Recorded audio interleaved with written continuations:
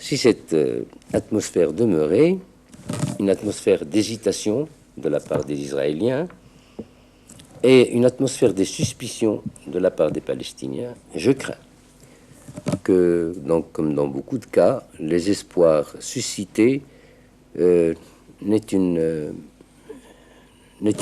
réaction très négative sur l'avenir.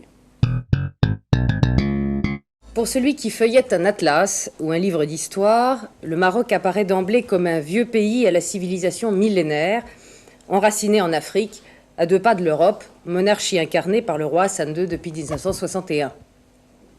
Celui qui voyage au Maroc reçoit le choc d'un pays d'une rare beauté et d'un peuple chaleureux. Celui qui s'intéresse aux données économiques mondiales constate que le Maroc réussit son redressement économique en dépit d'une 2e année de sécheresse, mais au prix d'un coût social important.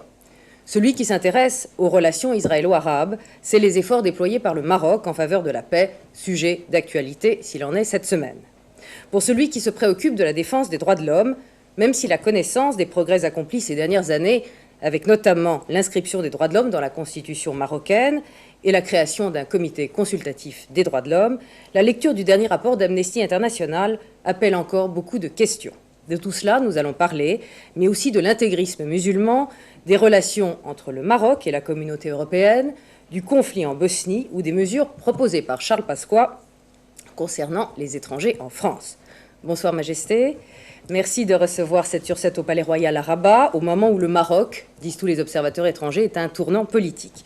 Nous sommes vendredi soir et nous enregistrons cette émission quelques heures à l'avance. Alors parlons, si vous voulez bien, d'abord de la monarchie, pour que les Français comprennent bien, qui fait ici l'objet d'un réel consensus et qui a ici une très forte légitimité. Dans un livre que vous avez publié chez Plomb il y a quelques semaines, qui s'appelle « Mémoire d'un roi », vous dites à Éric Laurent, qui vous interroge, « Ce que Dieu m'a donné, Dieu seul peut me l'enlever ». Alors comment est-ce que vous conciliez ce lien qui apparaît d'ordre divin avec la volonté d'être un monarque constitutionnel? Tout d'abord, bonjour madame. Je vous souhaite la bienvenue au Maroc et à travers cette émission, je souhaite la bienvenue au Maroc à tous ceux qui regarderont cette émission et j'espère qu'elle leur donnera satisfaction. Je crois qu'on a donné un sens qui n'est pas le vrai à la phrase que j'ai écrite ou que j'ai dite. Je parlais à ce moment-là comme individu. C'est-à-dire que lorsque Dieu donne à un individu quelque chose, personne ne peut le lui reprendre. Lorsque Dieu gratifie l'une de ses créatures de quelque chose, seul lui peut reprendre ce qu'il a donné. C'était le citoyen, c'était l'homme. C'est le citoyen, c'est l'homme, c'est le croyant, c'était pas le roi. Alors, depuis septembre dernier, il y a une nouvelle constitution, ou plutôt c'est la constitution de 1972 qui a été révisée. On a noté beaucoup de points communs avec la nôtre. Alors, il y a un article 24 qui explique que le Premier ministre, c'est lui qui propose les ministres. L'article 59, où le programme du Premier ministre est débattu à la Chambre et doit faire même l'objet d'un vote. L'article 40, je vois froncer les sourcils, j'espère que je ne me trompe pas. Non, l'article 40, commenté d'ailleurs largement par le doyen Vedel, qui montre un progrès majeur avec la possibilité de créer des commissions d'enquête parlementaires. Alors je voulais savoir si cette évolution vers un système politique moderne correspondait à l'évolution de la société marocaine ou si pour vous c'était indispensable pour vous rapprocher d'une Europe, on en parlera d'ailleurs tout à l'heure, avec laquelle vous souhaitez avoir des liens. Non. S'il y a eu une telle avance dans la constitution marocaine, c'est parce que j'ai légiféré en tout premier lieu pour les Marocains. J'ai considéré aussi que le développement économique et social devenait de nos jours un élément très important dans la vie des pays. Et c'est pour ça que je considère que les constitutions devraient presque s'appeler des constitutions de managers ou de management. J'en prends le terme d'efficacité parce que vous employez celui de management, c'est donc cette idée-là. C'est l'efficacité. Alors, il y a des élections législatives qui vont avoir lieu ici le 25 juin. Les partis d'opposition se sont mis d'accord sur un front commun, un programme commun. Imaginons qu'ils l'emportent. Est-ce que la Constitution voudrait que vous nommiez un Premier ministre? Est-ce que vous seriez d'opposition à ce moment-là? Est-ce que vous seriez dans une situation de cohabitation? Alors, puisque dans votre introduction, vous avez voulu, à travers ces premières questions, essayer de donner un éclairage à vos spectateurs qui ne sont pas marocains, un éclairage sur la monarchie marocaine, sur la constitution marocaine, je tiens d'abord à faire une mise au point. Le mot opposition ne doit pas être pris ici comme ailleurs. Ici, l'opposition n'est pas à la personne du roi. L'opposition n'est pas pour avoir un autre roi qui est dans l'alternance.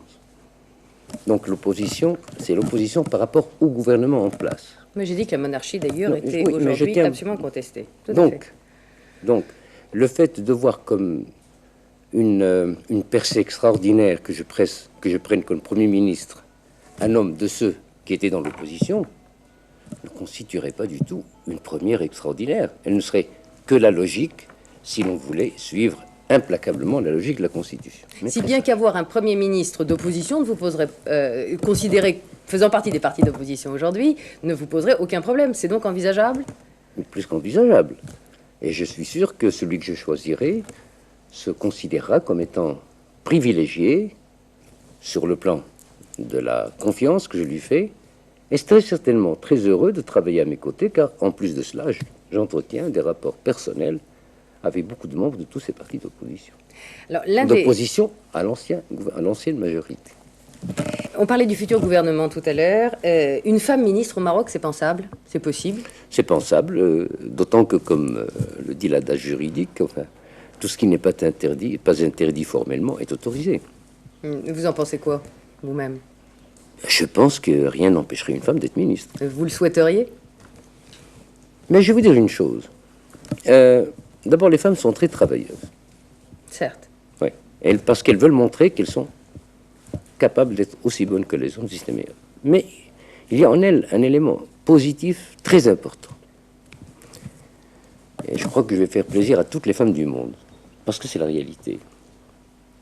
Jusqu'à présent, je ne connais pas une femme aux affaires de l'État ayant été corrompue par de l'argent. Quand une femme trahit, c'est une trahison de cœur. Elle se donne à quelqu'un, elle vole des papiers, elle communique des secrets, mais c'est vraiment exceptionnel. Il faut qu'elle soit passionnée. Mais sur le plan de la corruption, je n'ai pas entendu dire qu'une femme ait été corrompue dans l'exercice de ses fonctions. Vous avez souhaité d'ailleurs faire évoluer le statut de la femme ici au Maroc. Jusqu'où êtes-vous prêt à aller sur le plan de la polygamie, sur le plan de la répudiation sur simple déclaration, sur le plan de l'autorisation de voyage sans l'autorisation du mari? Nous sommes allés aussi loin qu'on le pouvait. Pour moi, seules les choses interdites formellement par le Coran et la Sunna sont intouchables. Autrement, tout peut être réadapté, car la religion musulmane est une religion qui a beaucoup évolué et qui est évolutive. Mais dans la loi, je veux dire, dans la loi. Dans les faits, j'attends la réponse du Conseil des femmes, puisque j'ai réuni toutes les... Elles doivent chacune me faire parvenir, mais je pense qu'elles vont être, dans leur majorité, si ce n'est leur unanimité, d'accord. Mais on ne peut plus répudier une femme sans que ce soit motivé, et en son absence. La polygamie, je ne peux pas l'interdire, elle est autorisée, mais on y a mis tellement de conditions qu'il faut vraiment être suicidaire pour y aller, ou masochiste. En ce qui concerne la garde des enfants, nous avons vraiment été juste et équitable, quoi. Et il fallait faire ce qu'il fallait. Là, nous n'avons fait que consacrer la libre profession d'une femme qui est consacrée par le Coran et le Hadith depuis que l'islam existe. Au-delà du code de la nationalité, que je ne vais pas non plus vous demander de commenter, vous savez qu'on débat en France de mesures pour réglementer le contrôle et le séjour des étrangers. Bon, cela peut vous concerner, puisqu'il y a 700 000 Marocains qui vivent en France. C'est la troisième communauté en France après les Portugais et les Algériens. Est-ce que vous comprenez que l'Europe cherche à se protéger de l'immigration, ou est-ce que ça vous choque? Pas du tout, ça ne me choque pas. Je comprends que l'Europe se protège de l'immigration, surtout en période de chômage, et surtout lorsque le chômage devient maintenant une sorte de maladie endémique qui ne connaît pas de frontières. Jusqu'à présent, on pensait que certains continents ou certains pays étaient à l'abri de cette nouvelle bactérie, mais malheureusement, des plus pauvres ou plus riches, il y a le chômage. Non, j'estime tout simplement que ce qui empêcherait peut-être, parle du Maroc par exemple, c'est que lorsque les investisseurs viennent pour des PME ou des PMI, qu'il y ait en même temps un transfert de technologie. Ce serait donc une formation faite chez nous qui empêcherait ceux-là même d'aller en France. Mais de là à accepter que des Marocains, qui ont quand même leur dignité, passent en fraude en France et soient soumis aux lois, et qu'eux-mêmes s'exposent à des vexations prévues par la loi, ou à des capitis diminution, j'ai trop de respect et de fierté pour eux, pour leur dire allez vous faire donner deux gifles ou un coup de pied quelque part. Mais est-ce que vous aimeriez qu'il soit intégré en France? Le principe même de l'intégration, est-ce que vous êtes pour, est-ce que vous êtes contre? Je n'appellerais même pas cela l'intégration. Je n'aimerais pas du tout qu'il soit l'objet d'une tentative, car ils ne seront jamais intégrés. Vous croyez que eux ne le veulent pas, Non. ou que c'est les Français qui le refusent? L'exprimeront-ils qu'ils ne le pourront pas? C'est possible entre Européens. La trame est la même. Les mouvements européens dans l'histoire ont été Est-Ouest. Et les mouvements humains, la religion, enfin tout un tas de choses. Mais là, c'est un autre continent. Et vous n'en avez que faire. Ce sera de mauvais Français. Ce seront de mauvais Français. Enfin, vous nous découragez de chercher à intégrer. Je vous décourage, en ce qui concerne les miens, d'abord les Marocains, d'essayer des détournements de nationalité, car ils ne seront jamais 100% français. Ça, je peux vous l'assurer. À propos de l'intégrisme, on sait que vous le combattez, ou plutôt vous combattez tous les intégrismes, comme vous dites. J'aimerais vous demander, au fond, quelles sont vos armes? Est-ce que ce sont des armes religieuses, puisque vous êtes le prince des croyants et qu'au fond, vous pouvez dire il n'y a pas plus musulman que moi? Ou est-ce que ce sont des armes de développement économique, précisément celles dont vous parliez à l'instant? Il se trouve que pour le Maroc, il n'y a pas que les armes conventionnelles. Il y a cette arme très importante qui est constituée par le fait que le roi est l'émir des croyants. Mais ce n'est pas suffisant. Les causes de l'intégrisme ne sont pas nombreuses, mais elles sont très dangereuses. Il y a d'abord une trop grande tendance vers la laïcité ou une tendance à oublier qu'on est musulman. On l'a vu dans certains pays musulmans. Ça a amené l'intégrisme. Le parti unique aussi engendre souvent l'intégrisme. Car, il faut dire une chose, les partis politiques européens classiques, en dehors de l'idéologie qui n'ont plus depuis que le marxisme n'existe plus, il n'y a pas de parti politique qui est une idéologie, il y a un programme. Mais je ne connais pas une idéologie de parti. Par contre, pour ceux qui sont musulmans, l'islam est un merveilleux programme idéologique, pour peu qu'il le transforme à la sauce politique, et nous voilà dans l'intégrisme. Donc le parti unique est une des raisons particulières et particulièrement dangereux pour l'intégrisme. En fait, il crée l'intégrisme. Alors, donc le Maroc résiste bien à l'intégrisme. C'est pas le cas de votre voisin l'Algérie. Au fait, vous en êtes où dans vos relations avec l'Algérie? Mais je vais vous dire une chose, et je le dis en toute sincérité, et j'espère que cette sincérité sera perçue. L'un des jours les moins heureux de ma vie de responsable est celui d'hier. Hier, si nous avions été dans les normes historiques de la fraternité, eh bien, nous aurions, le président Ali Kafi et moi, donné tous les deux le coup de pioche en même temps pour le gazoduc maghrébin, euro-maghrébin. Je me vois, moi, du côté algérien de la frontière, le président Ali Kafi du côté marocain de la frontière, lui creusant dans le sol marocain et moi creusant dans le sol algérien. Ça devait se faire? Je le regrette. Je regrette que ça ne peut plus se faire. Et pourquoi? À mon avis, quand il y a des scènes de ménage, parce qu'entre l'Algérie et le Maroc, c'est des scènes de ménage, elles sont bruyantes, elles sont passionnées. Dans les scènes de ménage, il ne faut jamais faire la comptabilité de pourquoi tu m'as fait, je t'ai fait. Je pense qu'il est temps de revenir au statu quo ante, c'est-à-dire à la fraternité. Et je tiens absolument à dire que pour l'Algérie, je ne veux ni l'intégrisme, ni le fils, ni quoi que ce soit. Je lui souhaite de l'ordre, de la prospérité et de la stabilité. C'est tout autant de gagner pour le Maroc et pour nos voisins. Alors, on dit souvent le Maroc est à l'Europe, je ne sais pas si c'est un cliché, mais est-ce que le Mexique est aux États-Unis? Au fond, c'est une façon de vous demander si votre avenir est en Afrique et dans le Maghreb, ou est-ce qu'il est dans un lien de plus en plus fort avec l'Europe, et justement, quel type de lien souhaitez-vous avec l'Europe? Je pense que Le Maroc, d'abord, est un pays remarquable. Il y a des points remarquables. Et parmi ces points remarquables, il y a, à l'ouverture de la Mare Nostrum, une porte dont l'un des battants se trouve être le Maroc. Donc, on ne peut pas ne pas le remarquer. Ceci a entraîné beaucoup de convoitises. C'est pour ça que nous avons toujours guerroyé pour notre indépendance. Mais enfin, je passe à côté. Pardon, quand vous dites la Mare Nostrum, c'est bien la volonté de dire que la Méditerranée baigne un certain nombre de pays qui ont donc en commun le sud de l'Europe et le nord de l'Afrique, un avenir commun. Vous le dites vous-même dans votre formulation. Un avenir commun. Naturellement, il serait difficile de définir d'une façon précise quels devront être ces liens, tant dans leur nature que dans leur intensité. C'est-à-dire que je souhaite qu'ils deviennent forts au fur et à mesure que l'Europe et le Maroc deviendront forts. Donc qu'ils soient modulables et parfaitement applicables à la situation des uns et des autres. Un partenariat en somme. Je ne veux pas être traîné en remorque. Je veux un partenariat. Car si je ne veux pas d'assistance, car ça me rendrait paresseux, et en plus, nous sommes un pays fier et capable de faire quelque chose. Un partenariat bien étudié, bien décidé, je pense, serait quelque chose d'important. Alors, un des critères d'intégration à l'Europe, vous le savez, c'est l'état des droits de l'homme dans les différents pays. Alors, le préambule de la Constitution marocaine se réfère explicitement à la Déclaration universelle des droits de l'homme. Vous avez créé vous-même un conseil consultatif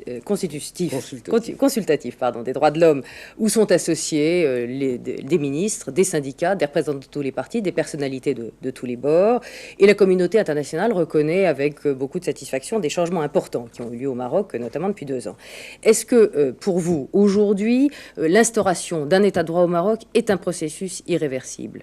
Non seulement c'est un processus irréversible, mais à mon avis, plus on donne de liberté, plus il faut que ces libertés soient respectées. Or, de nos jours, avec la mauvaise éducation, avec la criminalité, avec la drogue, avec le relâchement de la famille, nous donnons naissance tous les jours à des destructeurs de la société plus qu'à des constructeurs. Or, cette société de droit doit vivre et survivre. Et c'est pour cela que plus le Maroc deviendra une société de droit, plus il devra être vigilant à se maintenir dans la société de droit.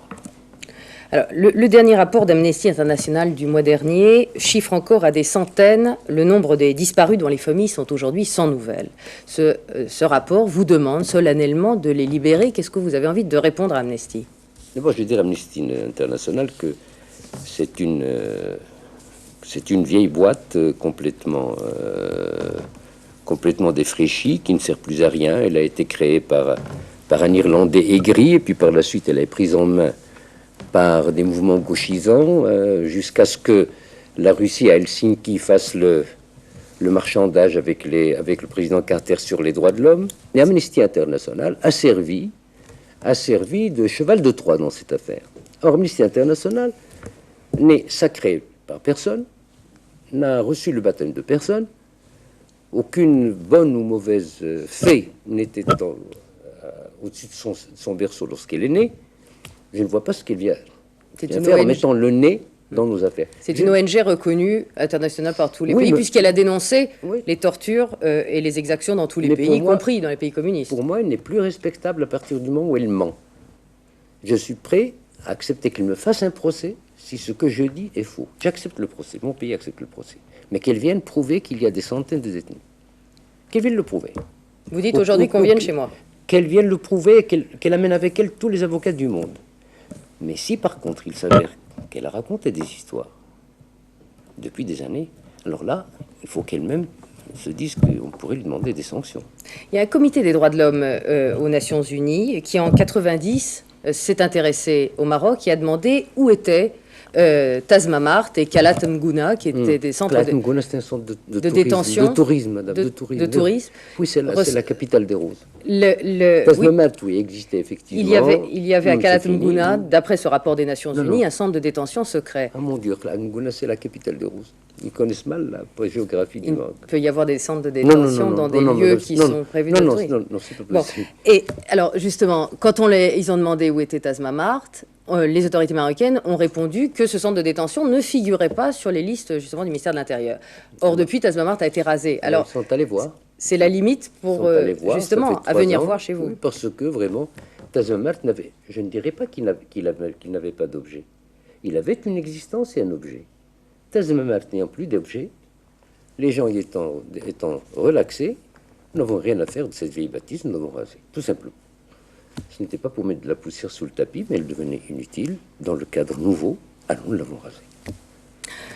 Un mot, puisque vous souhaitez justement, vous dites nous sommes mûrs pour la démocratie, aujourd'hui il faut que tout soit transparent. Un mot pour terminer justement sur ce passé dur, sur les tortures, qu'elles ont été dénoncées ici. Le monde entier a vu sortir les frères Bourekat, cassés, précisément après 18 ans passés au bagne de Tazmamart.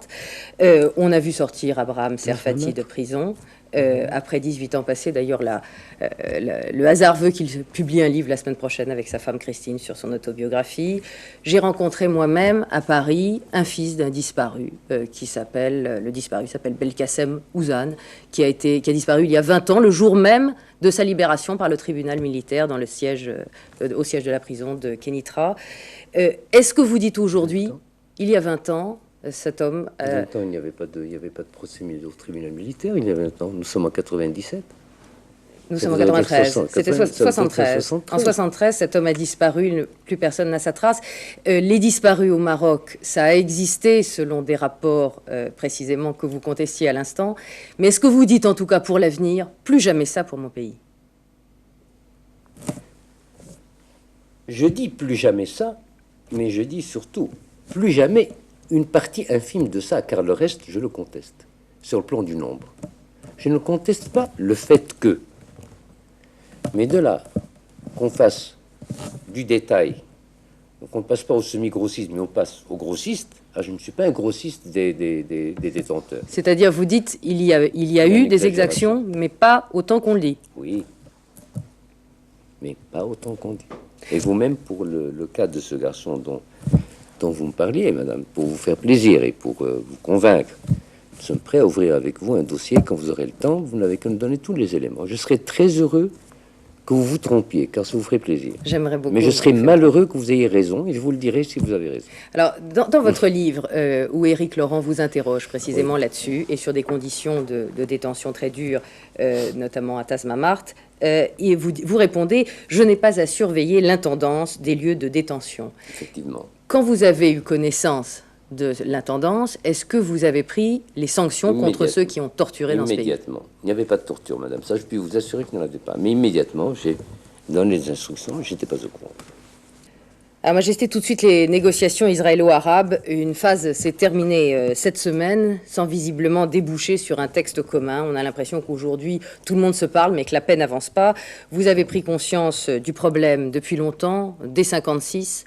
Depuis 15 ans, vous n'avez pas ménagé vos efforts pour la paix. Qu'est-ce que vous pourriez prendre comme initiative aujourd'hui? Est-ce que ce ne serait pas le moment, d'ailleurs? L'initiative dans ce domaine ne pourrait être que matérielle. Sous forme de papier, de projet. Non. J'imaginais une invitation à Rabin et à Arafat de venir ici à Rabat. Je ne l'exclus pas, mais le moment n'est pas mûr. Ceci dit, je suis extrêmement inquiet parce que d'un côté, on a l'impression que on donne d'une main et qu'on reprend d'une autre. D'un autre côté, la centrale palestinienne qui est l'OLP et dont en réalité, c'est elle qui négocie à Washington. Elle se trouve en état de débordement par une autre centrale de résistance palestinienne, elle, radicale, n'étant aucune négociation, étant pour la manière forte, pour le combat. Je crains que si cette atmosphère demeurait, une atmosphère d'hésitation de la part des Israéliens et une atmosphère de suspicion de la part des Palestiniens. Je crains que, comme dans beaucoup de cas, les espoirs suscités n'aient une réaction très négative sur l'avenir. C'est-à-dire que ce que je sais, ce matin, je me suis attaché un petit peu à l'actualité. Comme vous le savez, les Américains ont remis un papier aux Israéliens et aux Palestiniens en leur disant, écoutez,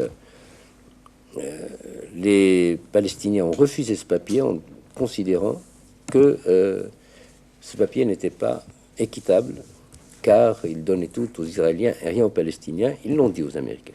Et les Américains l'ont dit, bon, nous allons refaire un autre papier. Nous allons refaire un autre papier, même s'il faut attendre et retarder un peu la clôture des négociations. Voilà les nouvelles que j'ai ce matin. On a beaucoup espéré de ces négociations et on a l'impression qu'elles s'enlisent phase après phase. Dans l'affaire de ces négociations, il y a deux éléments qu'il faut apprécier.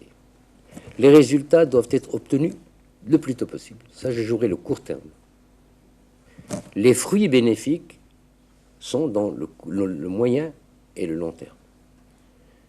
Mais il faut faire la moisson maintenant. La moisson doit être faite maintenant. La cueillette doit être faite maintenant. Notamment parce que vous craignez justement des éléments de déstabilisation à l'intérieur de la centrale palestinienne. Oui, et puis même dans les territoires occupés. Un changement de ton. Radicalisation. Intégriste peut-être aussi. Intégriste, et puis, vous voyez, si on vient faire le nombre de morts civils qu'il y a eu en territoire occupé depuis l'arrivée des travaillistes maintenant, jusqu'à maintenant, est supérieur à ce qu'on a vu du temps de Shamir. Le statut de Jérusalem aujourd'hui, ou plutôt demain, comment le voyez-vous? Comment était le statut de Jérusalem avant l'occupation de la guerre de 67? Jérusalem, il y avait une partie entre les mains des Israéliens, une partie entre les mains des Jordaniens, y compris les lieux saints musulmans et chrétiens, comme ça l'a été depuis des siècles. Et lorsqu'il y a eu la guerre de 67, il y a eu occupation totale de Jérusalem. Dans le statut intérieur, il n'y avait pas possibilité aux Israéliens d'accéder à leur propre lieu saint. Bon. Les Arabes et les musulmans, parce que dans cette affaire-là, il n'y a pas que les Arabes, c'est tous les musulmans. C'est une affaire religieuse. C'est comme exactement qu'il s'agit, pour le mur de la lamentation, par exemple, il ne s'agit pas de ceux qui sont in situ, mais il s'agit de tous ceux qui ont embrassé la religion hébraïque. C'est leur lieu à eux. Nous ne demandons pas, nous, les lieux hébraïques, les lieux saints. Nous demandons tout simplement que les lieux musulmans nous reviennent, qu'on puisse les entretenir, les restaurer, y assurer la prière et le culte. C'est tout ce que nous demandons. Avec une souveraineté diplomatique. Le Jérusalem qui est à nous. Bon. Une fois qu'on nous dira autre chose, on verra.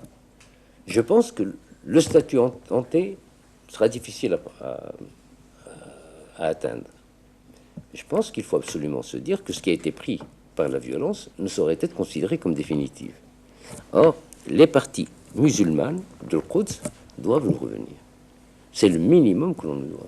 Je remarque que dans ce que vous dites, vous délimitez le périmètre à celui des... Le Quds Sharif. Pour nous, le shérif, c'est des lieux religieux. Le Quds Sharif, c'est là où il y a les lieux religieux musulmans. Ça, on ne peut pas ne pas nous les rendre. Majesté, vous régnez depuis 32 ans avec des tourmentes, des difficultés. On a parlé aujourd'hui de votre volonté d'édifier un État de droit aujourd'hui au Maroc. Vous croyez que ce sera plus facile pour votre fils, le prince héritier, Sidi Mohamed?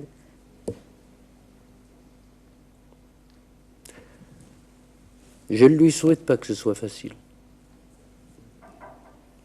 Parce que si c'est facile, c'est qu'on n'a pas besoin de lui. Je souhaite que ce soit difficile, car ça prouvera qu'on aura toujours besoin de cette monarchie pour être le premier ouvrier du royaume.